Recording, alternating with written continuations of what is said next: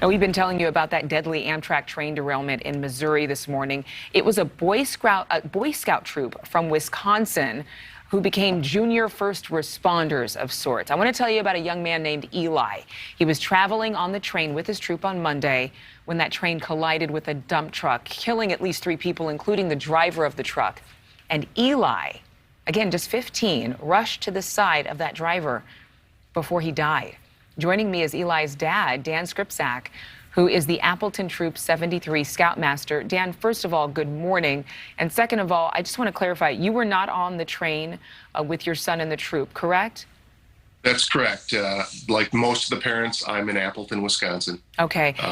And you heard about your son actually running to the driver and actually comforting and consoling him as he was passing away. Can you talk about what your son told you happened? Eli was obviously just trying to get out of the train along with most of his troop mates, and they, about 8 of them managed to get out relatively quickly and then rushed to try to help other people. It was not Eli alone. It was a number of kids. But Eli and another boy ran towards the front of the train to try to determine if anybody was hurt in the vehicle.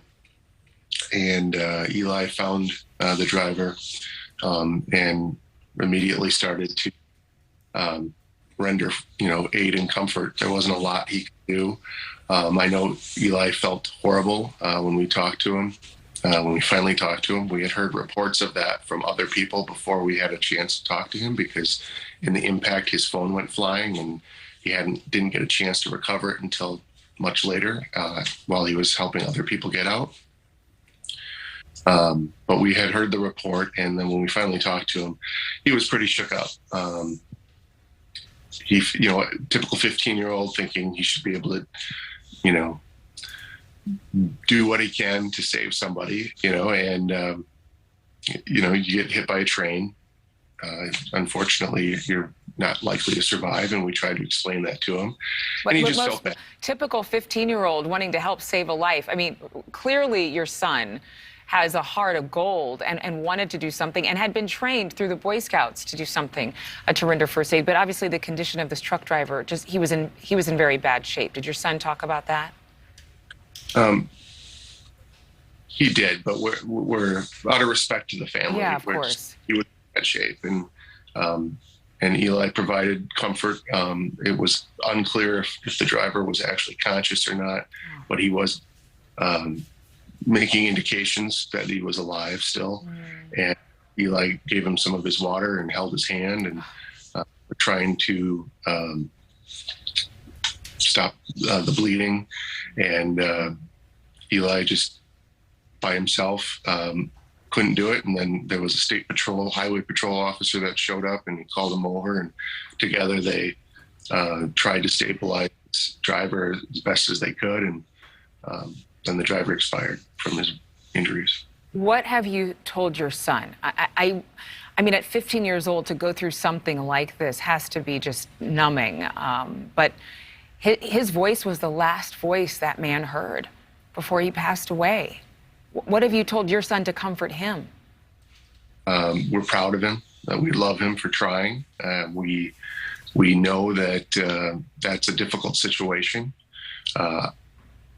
I've been there myself, not in a train accident, but and it's difficult because you want to do what you can. You'd want someone else to do that for you, and it doesn't happen.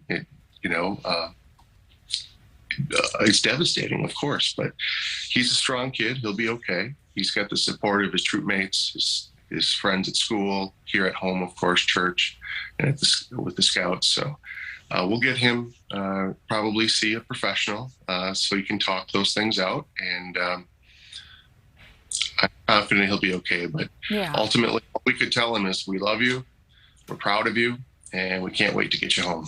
Wow. I mean, just what a beautiful boy for him to be able to even have the composure or the desire to run alongside and to help people like that.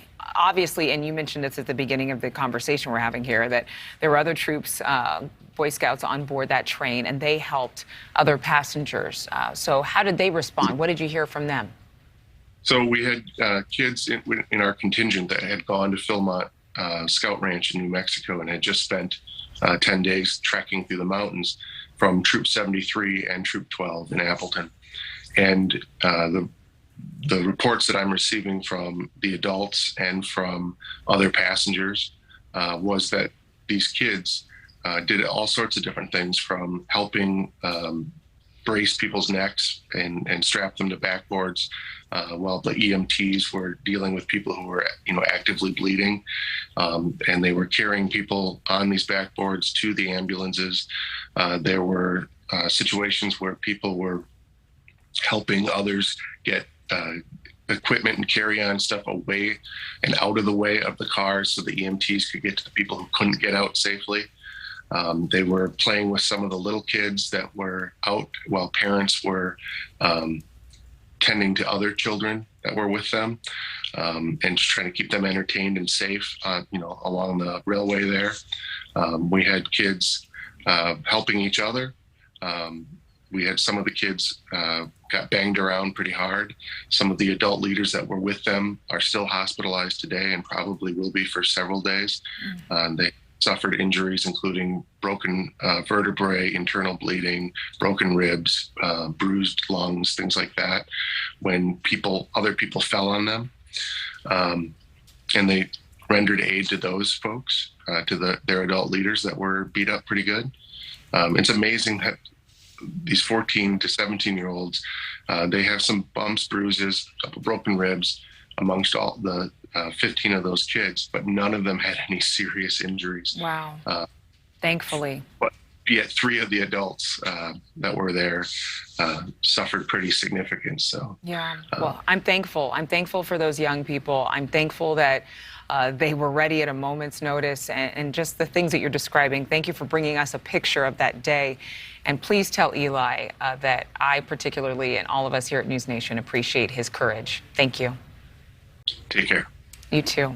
Thank you for watching. Go to newsnationnow.com to find NewsNation on your television provider. And don't forget to click the red subscribe button below to get more of NewsNation's fact-driven, unbiased coverage.